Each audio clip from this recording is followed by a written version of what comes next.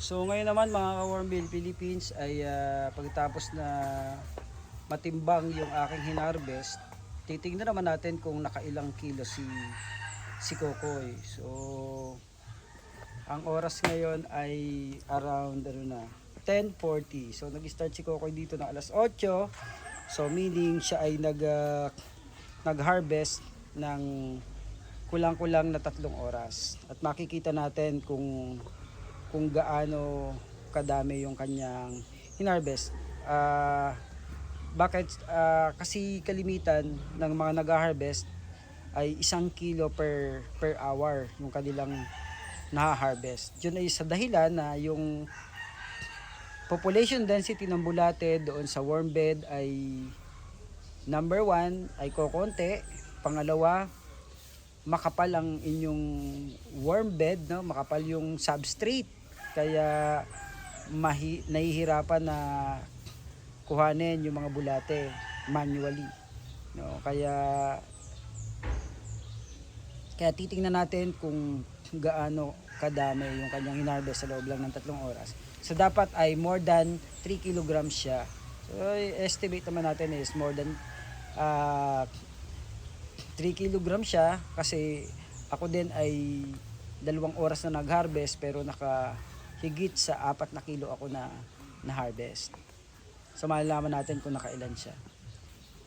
Yan. And then si paring Dennis naman ay dumating ng alas 9 pasado, pero makikita rin natin na marami din siyang na-harvest.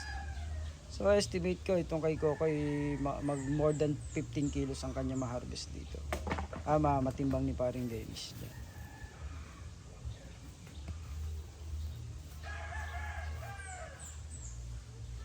Kaming tayo madawin. Yan, blessing sa amin tuwing kami nag-harvest, no? So alam namin na uulan o kaya ay either umulan, naulan, o kaya ay pagkatapos ng aming harvest saka uulan.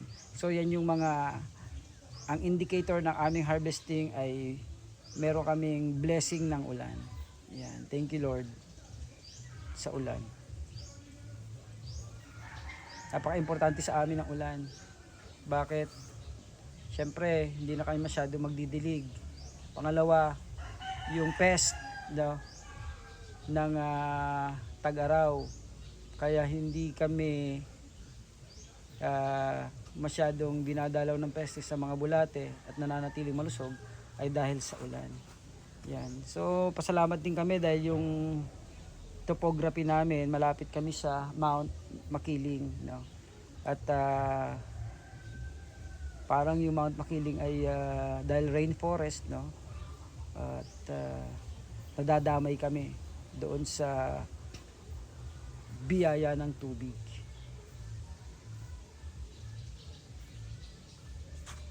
Yan, so ganyan yung ginagawa ni Dennis. Yan, kinukuha muna and then pinapalubog yung mga bulate. So para maintindihan natin, maunawaan kung ano yung ginagawa ni Dennis. Yan. So yan. So from the main harvest, no, ni Kokoy. So ito naman, yan ang tataba ng mga bulate. So ito ay more than 4 inches, no. Ang mga bulate na to kasi mahaba, saka matataba. So yan muna ginaganyan, no, para pumunta sa ilalim and then scrape para ang bulate ay makuha natin na purong-puro. Yan. So ang dami yung na-harvest ni Kokoy, sasaglit lang ito.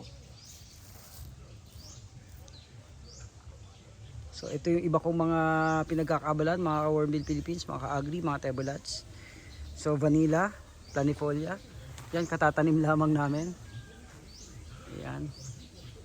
So ito naman yung aking mga ibang mga halaman. Yan, so marami din akong production ng Wave of Love, no? So at iba pa. Yan. So pag pupunta kayo dito ay syempre may libre kayo sa akin na Wave of Love. At yan ay signature ko na. So sa mga bumibisita dito sa aming lugar. Yan. Kasi yung iba na nabigyan ko mga ilang taon na ay naging kabuhayan na rin nila yung ornamental na ito. At saka napakaganda naman talaga ng Wave of Love sa bahay.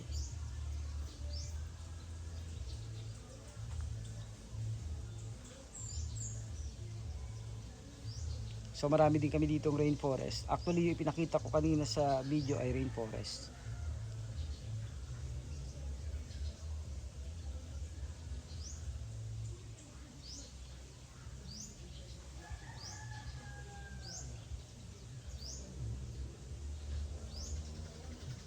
Ito pwede na nga natin i-set up yung tent ano, na malaki. Tapos saka natin para may bubong. Kahit umulan eh, ano tayo na kung naandito tayo.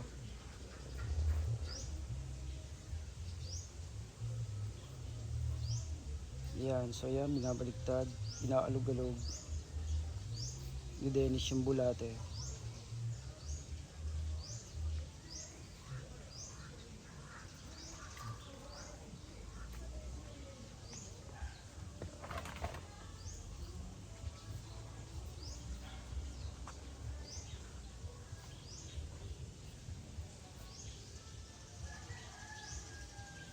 So imagine na tapos nito Coco yung isang ano, isang warm bed. Ang haba nun. Actually, minsan si Coco ay nakaka-harvest siya ng mga 40 kilo isang araw pag maraming bulate. So times 25 pesos. So kumikita siya ng 1,000. No, sa pag-harvest lang niya ng bulate. Minsan more than 1,000 pesos. Tapos babantayan pa nila yan sa gabi. Pag kami may malalayo na ano na delivery.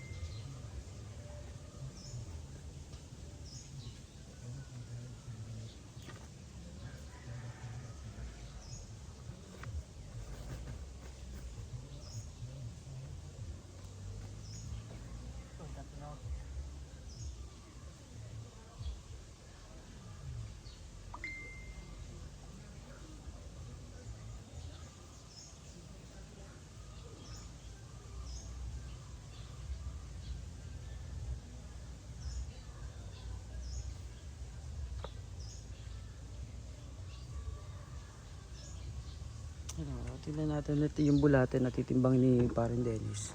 Mga Hornbill Philippines. Ayan o. Para kitang kita natin yung na ito ay purong African Nightcrawler. Yan.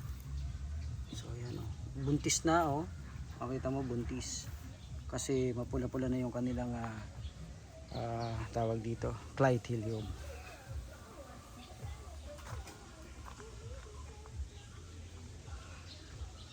Ay, dalawa rin ha. Lima na.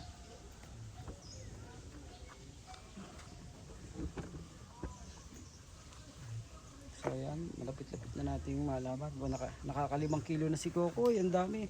So ang estimated ko sa na-harvest niya ay 15.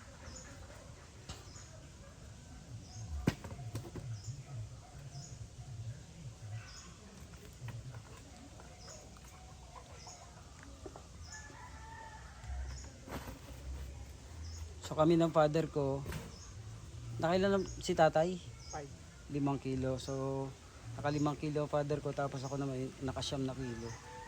Diba ang bilis namin mag-harvest. O ayan na mga ka-Hornbill Philippines, mga agri-matablats. Talagang binibiyaan na kami dito ng ulan. Kaya meron kami ditong silungan ng bulate. Kasi alam na namin na pagka namin nag-harvest, na ulan. So i-expect nyo na yon. So mas doon naman sa iba na may bubong, yan ay di mas maganda at hindi sila mababasa. Wala. Ay. So may kanya-kanya lang na ano yan na drawbacks no.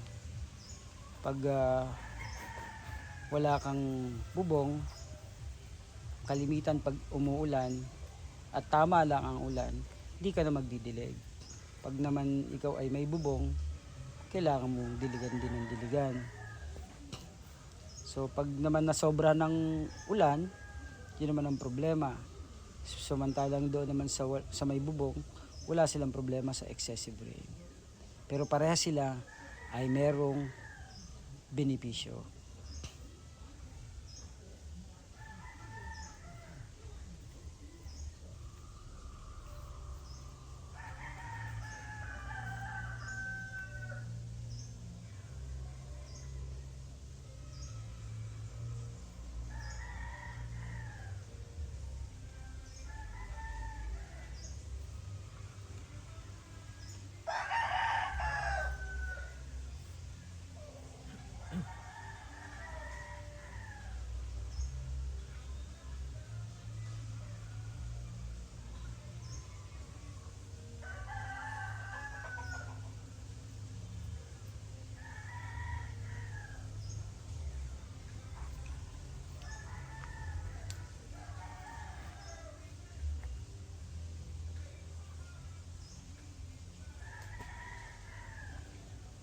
So yeah, mga Warmbill Philippines, ano namin kayo mamaya, i-reveal namin kung ilang kilo si Kokoy, no?